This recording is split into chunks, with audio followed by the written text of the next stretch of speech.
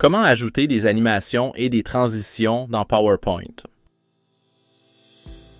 Dans cette vidéo, nous ferons un survol des fonctions, animations et transitions offertes dans le logiciel PowerPoint qui servent à capter l'attention de l'auditoire et à le garder intéressé à ce qu'on présente, tout en rendant les présentations vivantes, fluides et agréables à consulter. Voyons d'abord comment on peut se servir des animations. PowerPoint propose une cinquantaine d'effets d'animation utilisables pour dynamiser tant la présentation d'images que de contenu textuel sur une diapositive.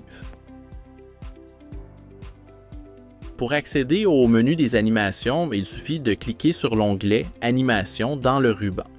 Le menu « Animation » demeure grisé jusqu'à ce que vous sélectionniez l'objet à animer. Lorsque vous sélectionnez le titre, par exemple, les animations deviennent accessibles.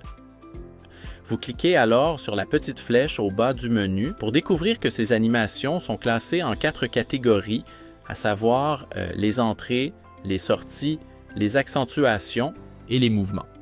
Les entrées font apparaître l'objet et les sorties le font disparaître. Les accentuations le font ressortir ou l'assombrissent et les mouvements le déplacent selon une trajectoire définie.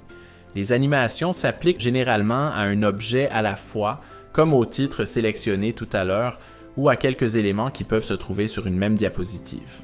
Pour assigner un effet d'animation qui fait apparaître le titre, sélectionnez d'abord ce dernier, puis choisissez une animation d'entrée, dans ce cas-ci, barres aléatoires. Remarquez le signet d'animation apparu dans le coin supérieur gauche de l'objet que l'on vient d'animer. Il signifie qu'une animation a bien été appliquée à un objet. Le chiffre 1 précise qu'il s'agit de la première animation à être appliquée. Le bouton « Option de l'effet » sert ensuite à préciser par exemple le sens de notre animation. Ici, vous pourriez par exemple choisir que le titre apparaisse marqué de barres aléatoires verticales plutôt qu'horizontales. Chaque fois que vous appliquez une animation ou que vous la modifiez, vous pouvez la visualiser à l'aide du bouton Aperçu situé en haut à gauche. Pour appliquer une animation qui fait apparaître le sous-titre, procédez de la même façon. Sélectionnez d'abord l'objet à animer, puis choisissez une animation d'entrée. Sélectionnons l'animation balayée pour cet exemple. Cliquez ensuite sur le bouton « Option de l'effet » pour choisir, par exemple, que le sous-titre se développe graduellement de gauche à droite. Notez que la sélection des options de l'effet varie en fonction de l'animation choisie. Naviguez dans le volet Animation. Lorsque plusieurs animations sont programmées sur une diapositive, il peut être judicieux de cliquer sur le bouton « Volet animation » pour accéder à droite à la liste de toutes ces animations et à l'ordre dans lequel elles se produiront.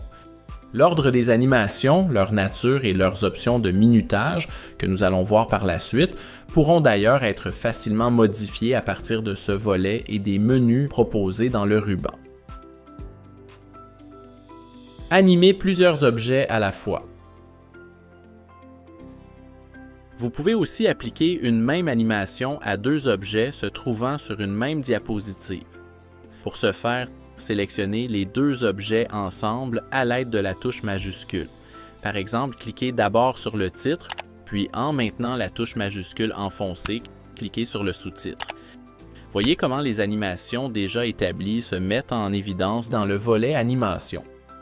Si vous voulez appliquer une deuxième animation à un même objet, par exemple une animation de sortie, vous devez utiliser le bouton « Ajouter une animation » afin de ne pas supprimer celle déjà en place.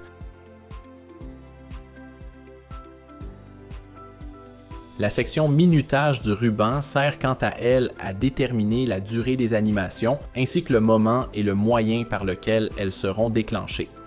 Vous pouvez choisir que chaque animation soit déclenchée par un clic de souris, ce qui laisse à la personne qui présente un plein contrôle sur le déroulement de la présentation. Ou vous pouvez décider de les programmer pour qu'elles soient déclenchées automatiquement au même moment que l'animation précédente ou après celle-ci. Le champ durée sert à déterminer le temps que prendra l'objet à apparaître, à disparaître ou à se déplacer sur la diapositive. Servez-vous des flèches pour augmenter ou diminuer la durée ou inscrivez précisément la durée souhaitée. Le champ délai est surtout utile si vous souhaitez que deux animations se chevauchent, mais que l'une d'entre elles commence un peu plus tard. Vous pouvez alors sélectionner l'objet dont l'animation commencera le plus tard et inscrire au champ délai le temps de décalage entre son démarrage et le démarrage de l'animation précédente.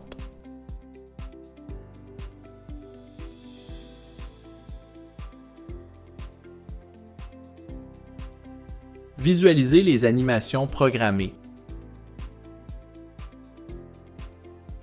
En tout temps, là, vous pouvez voir l'enchaînement des animations programmées sur une diapositive de deux façons, soit en cliquant sur l'animation à partir de laquelle vous voulez voir le résultat et sur le bouton « Lire » à partir de. Soit en cliquant sur le bouton « Aperçu » à gauche du ruban. Cela vous montrera toutes les animations de la diapositive sur laquelle vous vous trouvez. Les transitions. Les transitions, quant à elles, servent à assurer un passage fluide et captivant d'une diapositive à une autre. Pour appliquer par exemple une transition entre les diapositives 1 et 2, cliquez sur la diapo d'arrivée, dans ce cas-ci la 2, puis vous n'avez qu'à cliquer sur l'onglet Transition et sur la petite flèche dans le coin inférieur droit du menu pour voir toutes les options proposées.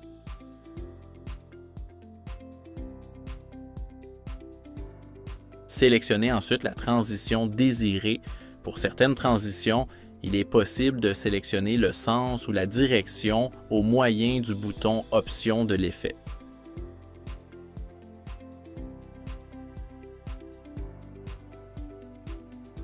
Vous pouvez accompagner chaque transition d'un son à partir de la banque proposée par PowerPoint ou ajouter un son de votre banque de sons personnels en cliquant sur « Autre son » et en allant récupérer le fichier audio préalablement sauvegardé sur votre poste de travail.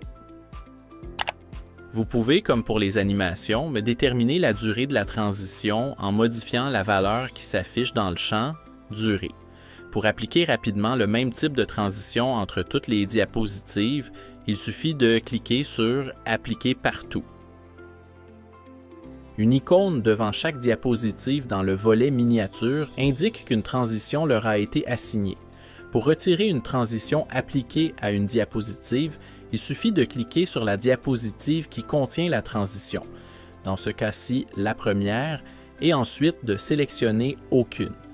Pour chaque diapositive, vous pouvez aussi décider si la transition vers la suivante devrait être commandée manuellement par la personne qui présente ou être automatique. Par défaut, l'option « Manuellement » est cochée.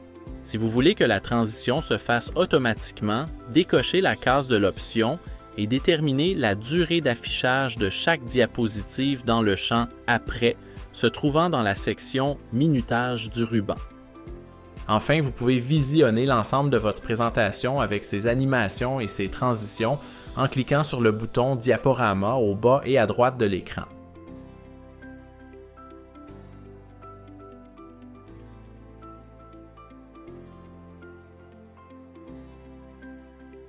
Et voilà, vous avez maintenant l'information en main pour ajouter des animations et des transitions dans PowerPoint.